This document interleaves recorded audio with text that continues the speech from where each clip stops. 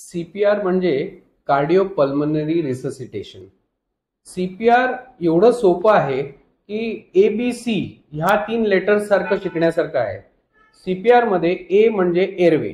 Airway म्हणजे जेव्हा आपण एखादा पेशंट अनरिस्पॉन्सिव्ह किंवा समजा आपण कोणत्या रेल्वे स्टेशनवर आहोत, बस स्थानकावर आहोत किंवा बाजारपेठेत आहोत आणि एक व्यक्ती तिथे अनरिस्पॉन्सिव्ह पडलेला आहे, जो ब्रीथ करत नाहीये किंवा ज्याची चेस्ट हालत नाही ब्रीदिंगने आणि आपल्याला असं वाटतंय की तो मृत्यू पावलाय किंवा कोलॅप्स झालेल्या स्टेटमध्ये आहे. अशा वेळी एअरवे म्हणजे त्याला पहिल्यांदा फ्लॅट सरफेसवरती झोपवणं. फ्लॅट सरफेसवरती झोपवल्यानंतर त्याची चिन वर करून त्याचा एअरवे स्ट्रेट करणं आणि त्यानंतर त्याच्या गळ्यावरती जे कॅरोटिड पल्सेशन्स असतात त्याच्याकडे नीट बघणं किंवा त्याला पल्स हात लावून बघणं की त्याचे पल्स चालू आहेत की नाही चालू आहेत. जर त्याच्या गळ्यावरती पल्स आपल्याला फील नाही झाली किंवा गळ्यावरती त्याची नाडी म्हणजे कॅरोटिड पल्स जर फील नाही झाली तर याचा अर्थ आहे की हा पेशंट कोलॅप्स स्टेटमध्ये आहे. जेव्हा आपण कन्फर्म आहोत की पेशंट कोलॅप्स स्टेटमध्ये आहे, सर्वप्रथम आपण हेल्पसाठी आवाज दिली पाहिजे. हेल्प कोण करू शकतं? आजूबाजूचे लोक करू शकतात किंवा तिकडे कोणी पॅरामेडिक वर्कर असेल किंवा डॉक्टर असेल तर मदत करू शकतात आणि काहीच नसेल तर अँब्युलन्सला कॉल करणं हा सगळ्यात मदतीचा हाक होऊ शकते. अँब्युलन्ससाठी 108 हा नंबर गव्हर्नमेंटने आयुक्त केलेला आहे. त्या नंबरवरती जर फोन केला तर अँब्युलन्स त्या जागी लगेच थोड्या वेळातच येऊ शकते. पण ती अँब्युलन्स येईपर्यंत आपण सीपीआर चालू केला पाहिजे. सीपीआर देताना पहिल्यांदा त्या पेशंटला फ्लॅट जागेवरती झोपवलं पाहिजे.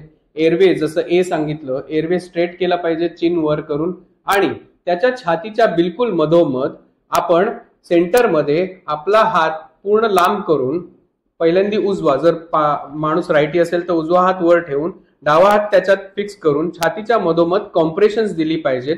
जी कॉम्प्रेशन साधारणतः 5 सेंटीमीटर पर्यंत डीप मध्ये जाऊ शकतात. कारण की जेव्हा पेशंट फेल्युअर मध्ये जातो, हा हार्ट जेव्हा काम करत नसतं तेव्हा ह्या हार्टला आपल्याला पंप करायचं असतं जेणेकरून त्याच्यातलं रक्त पूर्ण मेंदूला आणि पूर्ण शरीराला आपल्याला पुरवठा करता येईल. त्यामुळे जवळजवळ 5 सेंटीमीटरचं तरी कम्प्रेशन झालं पाहिजे आणि एका मिनिटात साधारण 100 ते 125 कॉम्प्रेशन झाली पाहिजेत. जर ते कॉम्प्रेशन देत असताना आपण त्याला प्रत्येक 30 कॉम्प्रेशन नंतर जर ब्रीदिंगचे 2 ब्रेथ दिले तर सर्वात उत्तम असेल.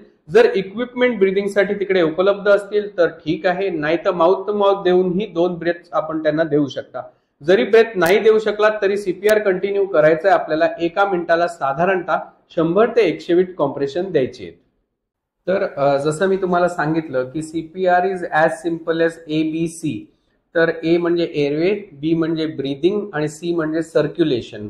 एअरवे शिस्तीत करा, ब्रीदिंग सिक्युअर करा आणि त्याच्यानंतर सर्क्युलेशन वाढण्यासाठी तुम्ही चेस्ट कॉम्प्रेशन द्या आणि त्या कॉम्प्रेशन मध्ये जर तुम्हाला ब्रेथ्स त्यांना देता आले तर प्रत्येक 30 कॉम्प्रेशन नंतर 2 ब्रेथ्स त्यांना द्यावे. ही सीपीआर ची प्रोसिजर असते. याच्यात डी ही घटक असतो, ABCD. डी म्हणजे डिफिब्रिलेशन. काही रेल्वे स्थानकांवरती, बस स्टेशनवरती, पब्लिक प्लेसेसवरती आजकाल AED नावाची मशीन्स असतात.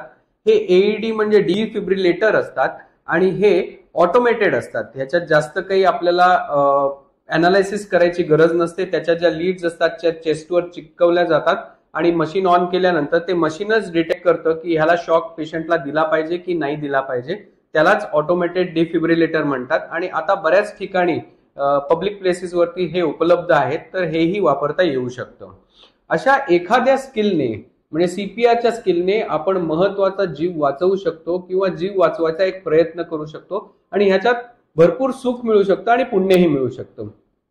असाच एक एक्झाम्पल तुम्हाला सांगेन माझ्या बरोबर झालेलं की एकदा पेशंट कोलॅप्स स्टेटमध्ये माझ्या समोर होता. त्याला हार्ट अटॅक आला होता म्हणून तो कोलॅप्स झालेला होता आणि जवळजवळ 40 ते 45 मिनिटं आम्ही त्या पेशंटला सीपीआर दिला आणि अल्टिमेटली त्याला रक्त पातळ करण्याचं इंजेक्शन देऊन मग अँजिओप्लास्टी वगैरे होऊन हॉस्पिटलमध्ये त्याचा जीव वाचला. पण ते 30 ते 40 मिनिटं जो आम्ही सीपीआर दिला त्याच्यामुळे त्याचा जीव वाचला. ह्या गोष्टीचं सुख कितीही पैसे कमवले तरी कधीच मिळणार नाही. Thank you very much. मी आहे डॉक्टर मतीन आणि मी तुम्हाला माहिती पुरवत राहीन माझ्या चॅनलच्या थ्रू, ज्याचं नाव आहे pulse check with doctor Mateen.